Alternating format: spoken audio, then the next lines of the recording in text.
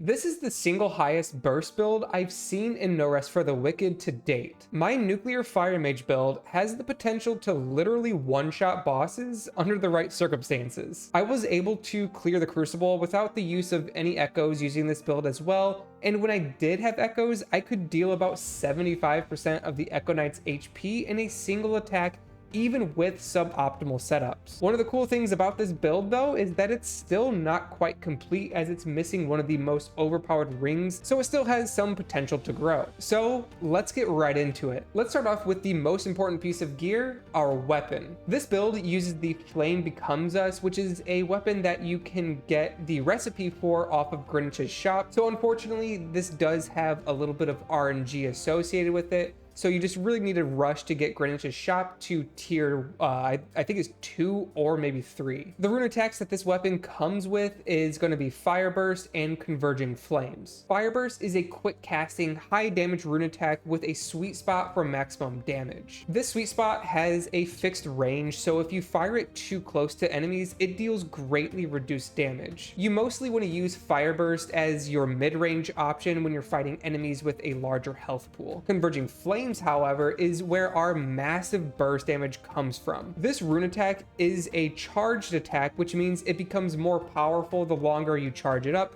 which it has a maximum of 3 different charge tiers. This attack has the potential to one-shot bosses and is what our build is going to be primarily optimized around. Due to the charge effect, this attack is best used from longer ranges or up close when an enemy is staggered. In order to supplement these 2 rune attacks, I've also added Fire Blast, which is a quick, cheap cast attack that has an area of effect. This is mainly used to clear small enemies that don't have a lot of health. And then finally, for the 4th rune attack slot, it's really up to what you want to use. I've added the Fire Enchantment because I'm trying to really play into this Fire Mage build, but something like Blink might also be a good option to consider. Using this wand has 2 really powerful perks associated with it in its base attack pattern. First is that its basic attack combo ends by firing 2 fire bolts that track enemies. These fire bolts also deal a lot of damage, and they also apply the burn effect. This is going to make it so that you're dealing damage over time, and the fact that this range attack also kind of tracks enemies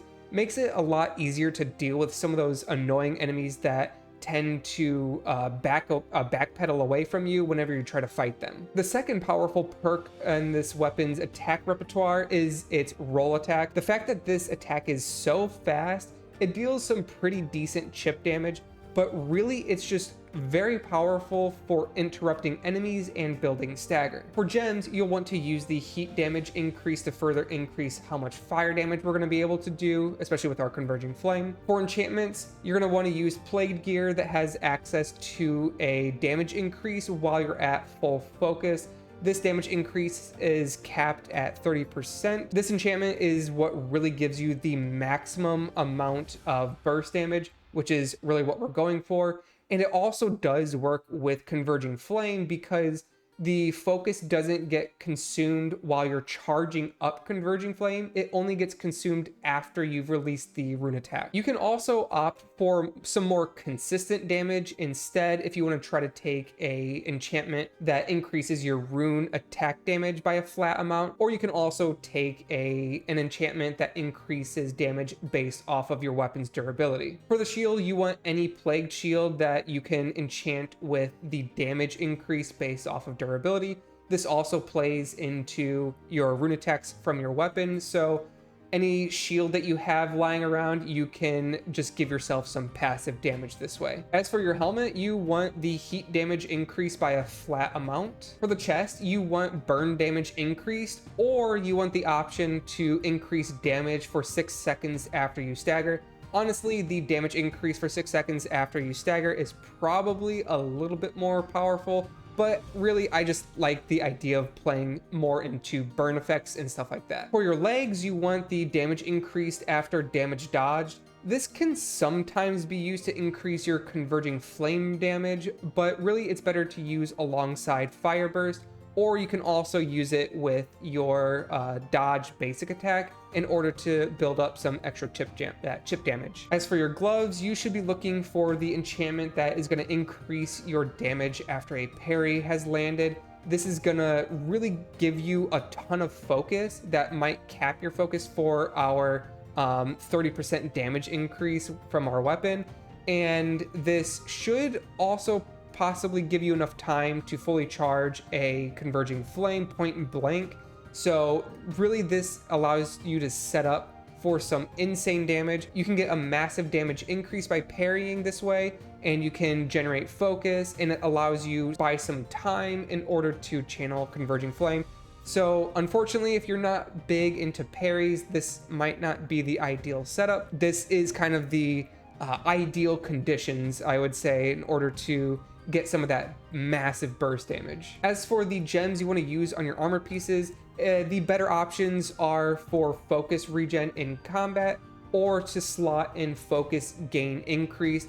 This, once again, lets us build up our focus to kind of reach our focus cap and get that damage increase going. And then for our rings, as I mentioned earlier, I'm still missing the Ring of Determination, I believe is what it's called. That gives you a ton of freedom for casting rune attacks. Instead, because I don't have that, I'm using a Ring of Broken Promises. This is just a flat damage increase at the expense of increased damage taken, so there's a little bit more of a risk there. I also have a Rune Ring, which increases my rune attack damage at the expense of some basic attack damage. And then finally, I have a Jade Ring, which really helps recover stamina as I deal damage. This really allows me to be pretty aggressive with my basic attacks to try to stagger enemies. As for my stat spread, I'm running with about 30 health. This probably can be lowered a little bit if you want to increase your damage some. I just felt like 30 was a good breakpoint to kind of feel a little bit more